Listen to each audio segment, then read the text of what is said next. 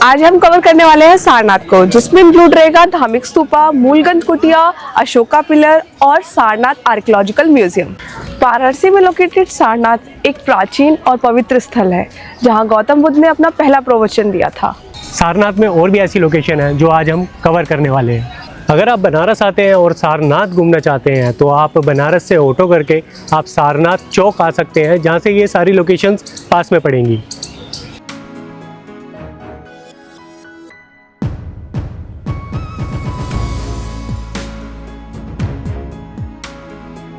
सारनाथ में आज की जो हमारी पहली लोकेशन है वो है मूलगंध कुटी विहार। इस मंदिर की स्थापना श्रीलंकन मॉन्क अंगारिका धर्मपाला ने 1931 में की थी।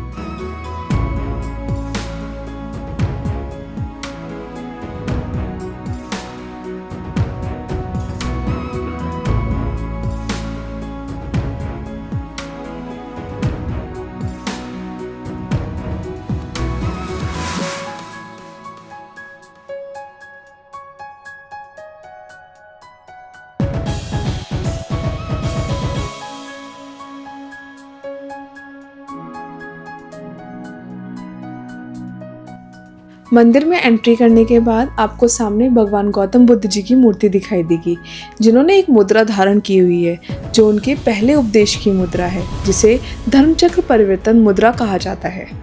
इस मंदिर में भगवान बुद्ध के अवशेष हैं, जो कि आम लोगों के दर्शन के लिए नवंबर में कार्तिक पूर्णिमा के टाइम 3 दिन के लिए बाहर निकाले जाते हैं, ताकि लोगों के अच्छे से दर्शन हो पाएं।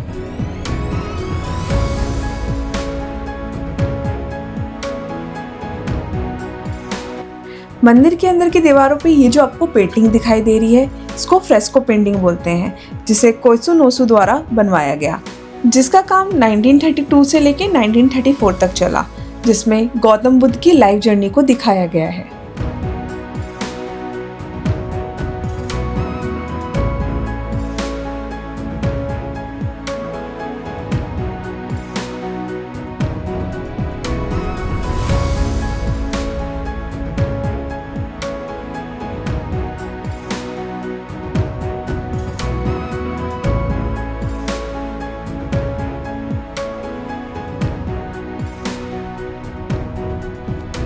ये टेम्पल जैसे लगे, इसकी बहुत ही बड़ा एरिया है। जैसे इस टेम्पल के आगे आते हैं तो ये मॉनेस्ट्री पड़ती है, तो आप शूज़ वहाँ पे उतार के या फिर अंदर भी उतार सकते हैं और इस मॉनेस्ट्री में आके विज़िट कर सकते हैं।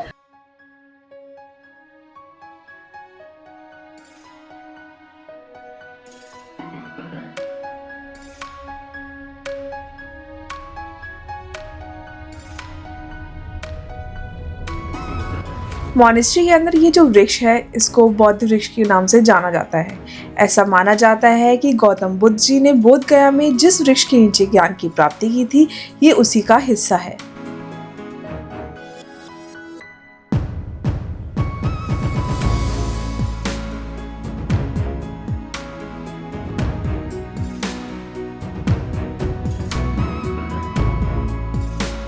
डिफरेंट लैंग्वेज में यहाँ पे उनके उपदेश जो उन्होंने दिए थे।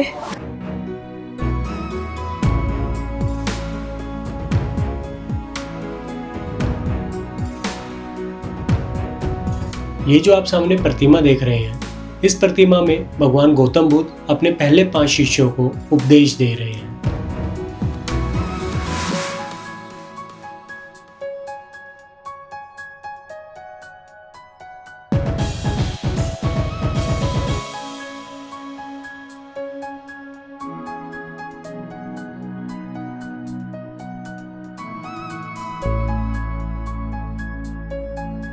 ये जगह उस समय से जुड़ी हुई है जब भगवान बुद्ध ने अपना पहला उपदेश दिया था, जिसे धर्मचक्र परिवर्तन के नाम से जाना जाता है।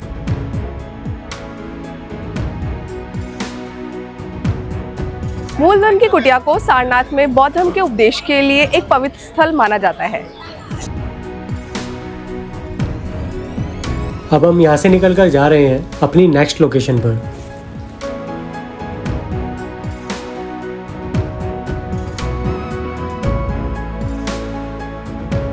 के लिए यहाँ पे एक छोटी सी मार्केट है, जहाँ पे आपको गौतम बुद्ध से रिलेटेड और कुछ हाथ से बनी हुई चीज़ें मिल जाएंगी और काफ़ी अच्छी फिनिशिंग के साथ बनाए गए हैं। ये क्यूट से मॉन्क्स भी है जिसमें से आपको आवाज़ आती रहेगी, ये बजाते हैं। तो आप यहाँ पे आके अगर कुछ ऑथेंटिक लेना चाहते हैं यहाँ का तो आप परचेज कर सकते हैं। और जब आप इस रास्ते से आगे बढ़ेंगे, यहाँ पे एक ऐसे स्ट्रक्चर्स बने हुए हैं हर थोड़ी दूरी पे, उनके नीचे भी कुछ ना कुछ स्टोरी लिखी हुई है।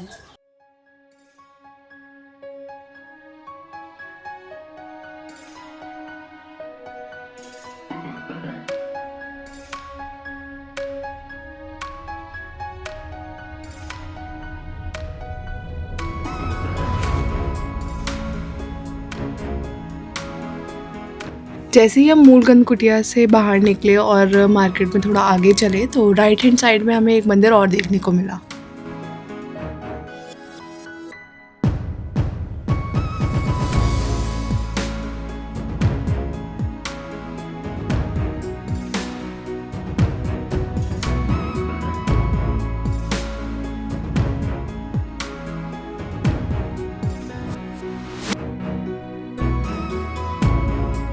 अब हम मंदिर से निकल के जा रहे हैं धम्मिक स्तूप।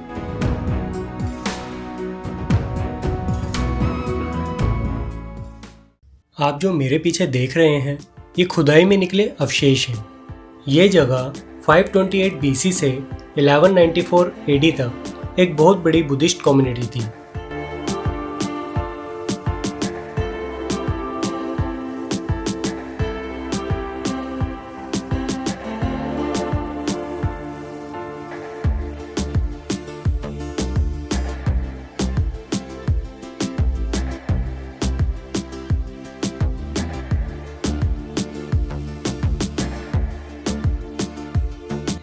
AD 1194 में एक इन्वेडर आया जिसका नाम था बख्तियार खिलजी, जिसने इस जगह को लूटा और इस जगह को तहस नहस कर दिया।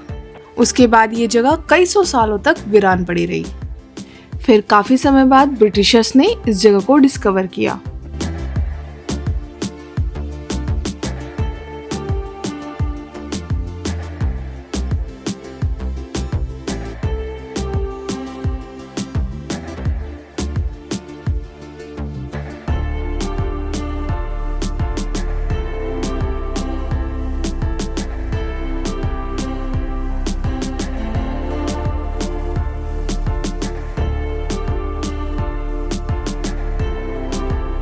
भगवान बुद्ध को ज्ञान की प्राप्ति बोध गया में हुई और फिर भगवान बुद्ध सारनाथ आए और अपना पहला उपदेश दिया और पहली कम्युनिटी की स्थापना की।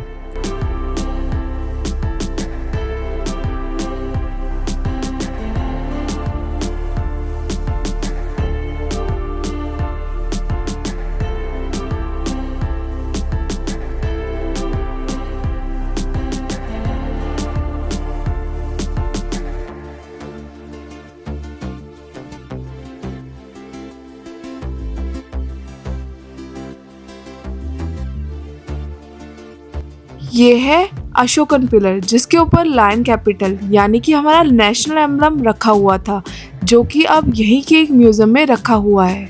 और नेशनल एम्बलम के ऊपर रखा था धर्म चक्र, जिसे व्हील ऑफ लॉ भी बोला जाता है।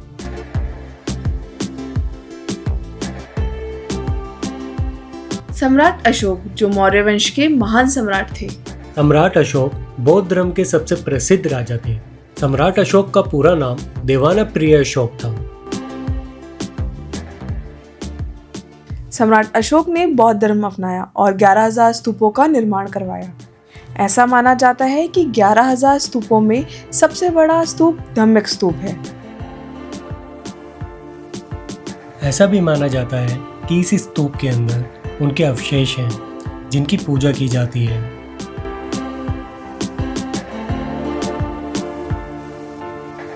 यहाँ पे हमें कुछ मॉन्क्स प्रेयर करते हुए भी दिखाई दिए।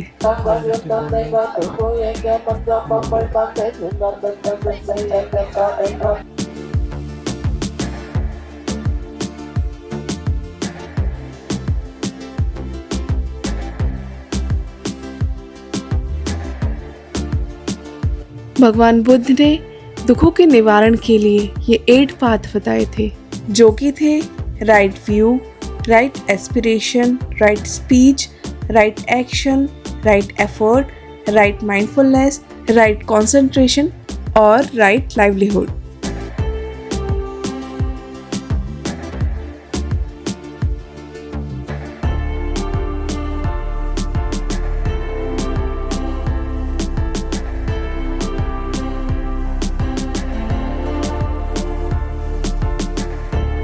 अंदर आप कोई भी खाने पीने का सामान नहीं ले जा सकते।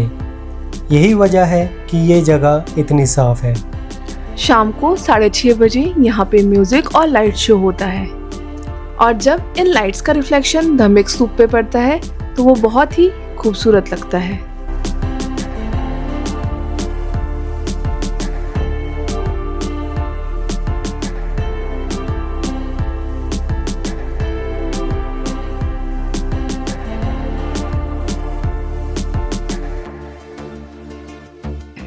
और अब हम चलते हैं म्यूजियम की तरफ।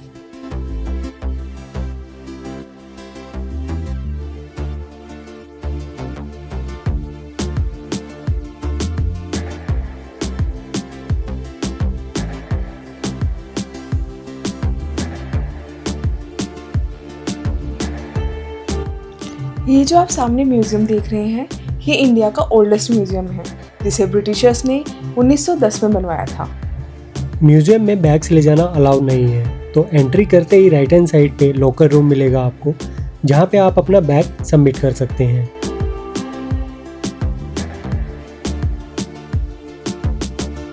म्यूजियम की टाइमिंग है सुबह 9 बजे से लेकर शाम 4:30 बजे तक। फ्राइडे को ये म्यूजियम बंद रहता है। एंट्री करते के साथ हमें सामने दिखाई दिया नेशनल एम्बलम।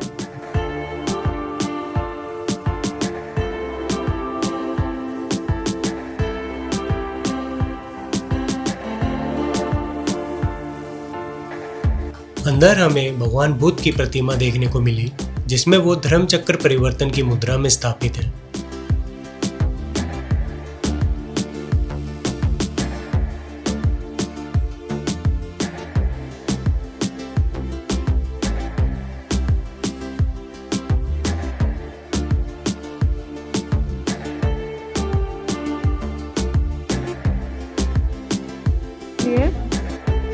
ये आयरन इम्प्लीमेंट फॉर कुकिंग, ये वाला खाना बनाने के लिए इस्तेमाल होता था। ये भी कुकिंग के लिए ये भी है। कुकिंग के लिए। और ठीक है कॉपर बैंगल, ये कॉपर बैंगल है।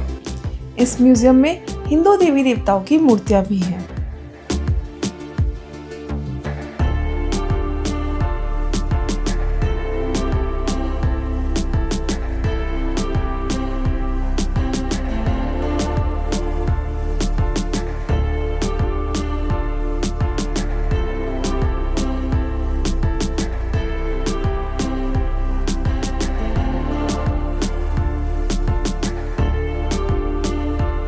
म्यूजियम से निकल के हमने डिसाइड किया कि हम जाएंगे बुद्धा स्टैचू देखने, लेकिन जैसे ही हम वहाँ पहुँचे हमें पता चला कि यहाँ की एंट्री 5:30 बजे बंद हो जाती है।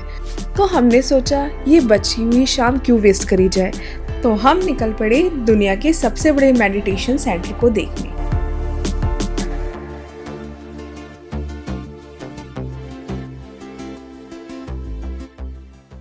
ये है स्वर्गवेद महामंदिर धाम, जो वाराणसी से 12 किलोमीटर दूर उमराह में लोकेटेड है।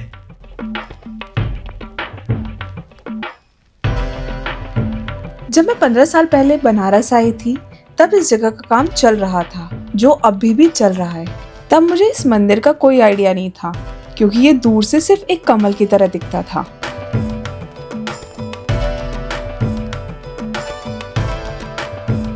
इसके बनने की शुरुआत हुई थी 2004 में और ये 68,000 वर्ग फीट में फैला हुआ है।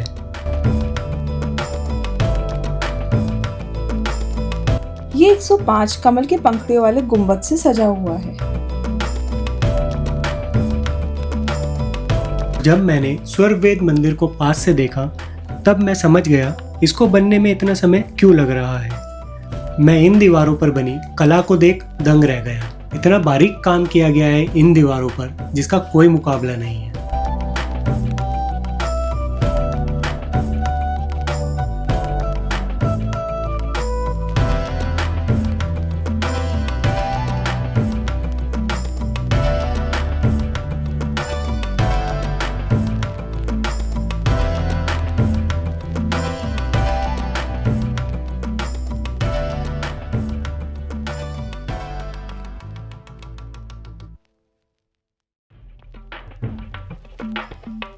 मंदिर में किसी भगवान की नहीं बल्कि योग साधना की पूजा होती है।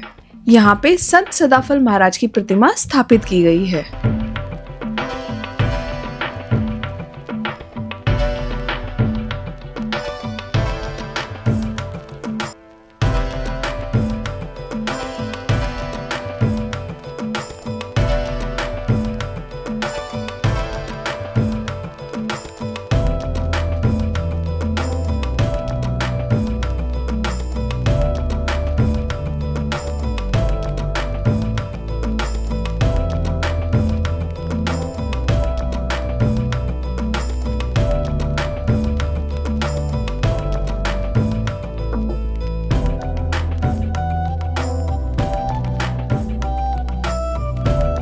मंदिर की दीवारों पर सर्ववेद के 4000 दोहे अंकित किए गए हैं।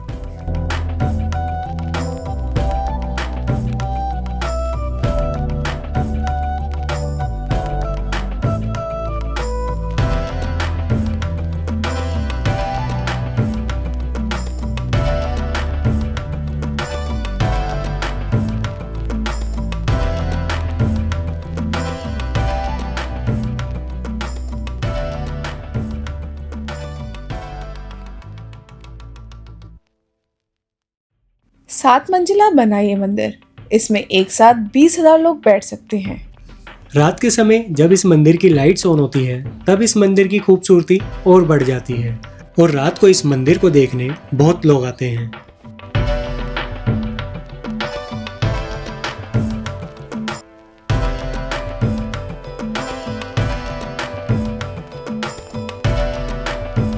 अगर आप सर्ववेद महामंदिर आने का प्लान करते हैं तो शाम का वक्त ही चुनिएगा, क्योंकि ये मंदिर शाम को बेहद ही खूबसूरत लगता है।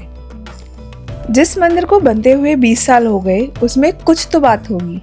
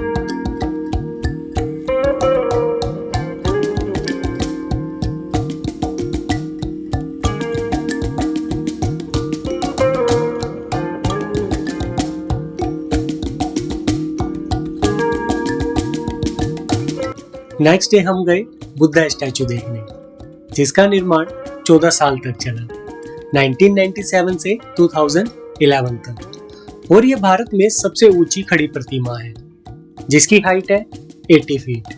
यहाँ आने की कोई एंट्री फी नहीं है और ये म्यूजियम के ठीक सामने लोकेटेड है।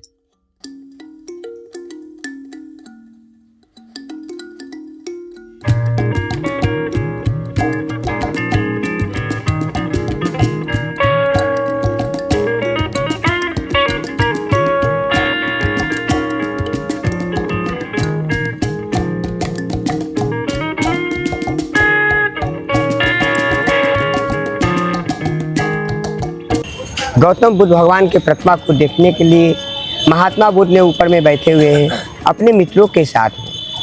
पहले मित्र का नाम है अभिमुद्रा, बीच वाले मित्र का नाम है ज्ञान मुद्रा, तीसरे मित्र का नाम है भय मुद्रा। तीनों मुद्राओं के साथ में महात्मा बुद्ध ने हमारे सारनाथ में उपदेश को प्राप्त किए थे पाली भाषा में।